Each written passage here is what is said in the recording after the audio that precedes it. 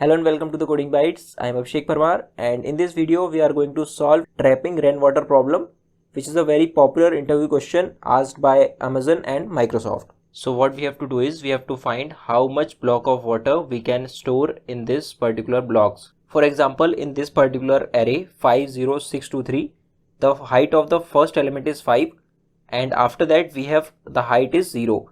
So what we can do is we can store 5 unit of water between 5 and 6 because the minimum height is 5 and we cannot store anything on the top of this 5 height bar. So similarly we can store 1 unit of water in between 6 and 3 because the height of this middle bar is 2 and the minimum element from 6 and 3 is going to be 3. So we can store 3 unit of water in between 6 and 3. And just because 2 blocks are already present here, so what we can do is we can store only 1 unit of water. So that's why we will get 5 plus 1 is equals to 6. So that is why our output is 6. So the time complexity in which we have to solve this problem is big O of n. Now the basic idea to solve this problem is to find the left max and right max for a particular element. And once we get left max or right max, which means the maximum height block on the left side of that element and the maximum height bar on the right side of this element. And once we get the left max and right max, then we will see which one is minimum. Because if we consider this example, so we cannot store anything on top of 5 and 3. So we will not follow any process for 5 and 3. We will just start from the first index, which is 0. So here what we can do is for 0 we will see which is the maximum height on the left side and right side. So as you can see, on the left side we have 5 and on the right side we have maximum element as 6. Now what we can do is we can take minimum of these 5 and 6 because if you closely look at this example, so we can only store 5 units of water in between 5 and 6 because we cannot store anything on top of 5. So that is why for this particular element we will get 5.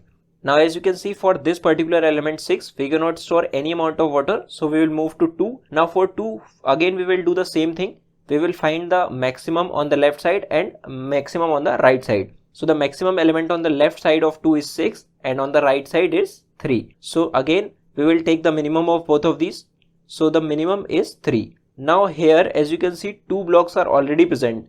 So we can only store 1 unit of water. So here what we can do is we can add the amount of water that we can store. So earlier we had 5 and here we had 1. So 5 plus 1 will become 6. Now let's have a look at the algorithm to solve this problem.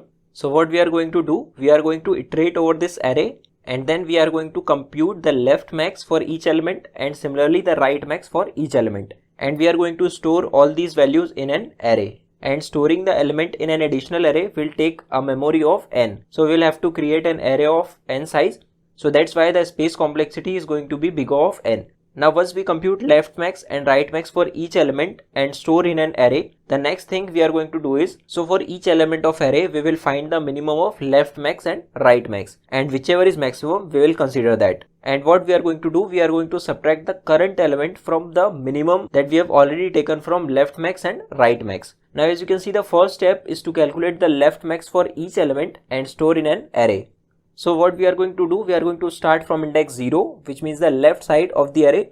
So the first element is 5. So we will store the first element as it is in the left max array. Now what we have to do is we have to compare the element which is present at the index 1 in our original array and at the index 0 in left max array. So when we compare 0 and 5, we will get the maximum as 5.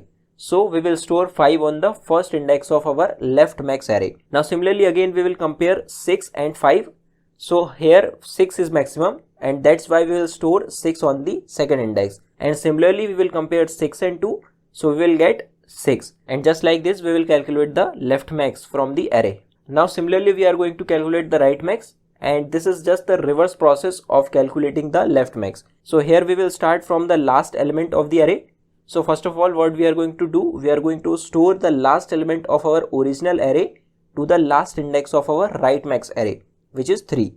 Now again what we have to do, we have to compare this 3 with the element 2, which is at the n minus 2th index of the original array.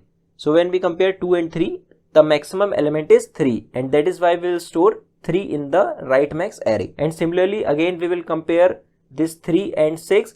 So now the maximum element is 6 and that is why we will store 6. Then again we will compare 0 and 6. So here also 6 is maximum, and this way we will calculate our right max array.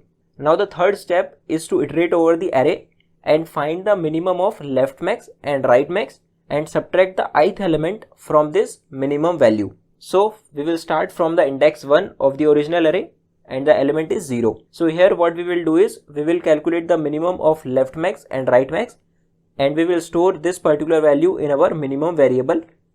So here minimum is going to be 5. Then what we will do, we will subtract 0 from this 5 and the result will be 5.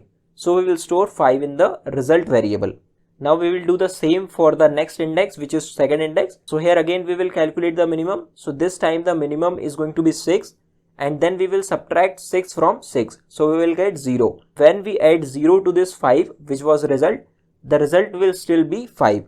So now we will move to the next index. Now this time we have value 2. So for this particular element, the minimum of left max and right max is going to be 3. So now we will subtract this 2 from 3, which was our minimum value. So we will get 1, and we will add this 1 to our result. So previously result was 5, and now after adding 1 to 5, the result will become 6. So this way we can solve this problem in the given time complexity and auxiliary space. Now let's have a look at the code of this particular algorithm. So here we have a function int tapping water.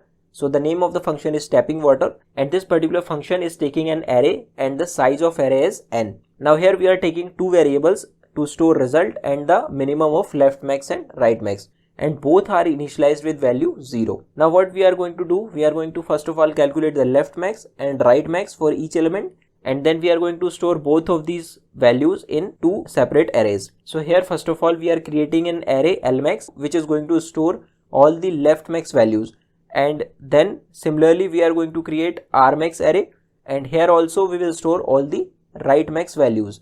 Now after this we have one more loop. So inside this loop we will start I from 1, and we will iterate till I is less than n minus 1, because we cannot store any amount of water on the first and last element of the array. Now inside this loop what we are doing, we are first of all calculating the minimum of left max and right max. Now once we get the minimum, so what we will do, we will subtract the current element from minimum, and then we will add this result to the result variable, and at the end of this function we will return result value. So I hope the explanation was clear, but still if you have any doubt, please let me know in the comment section below, and don't forget to subscribe the Coding Bytes. Thanks for watching.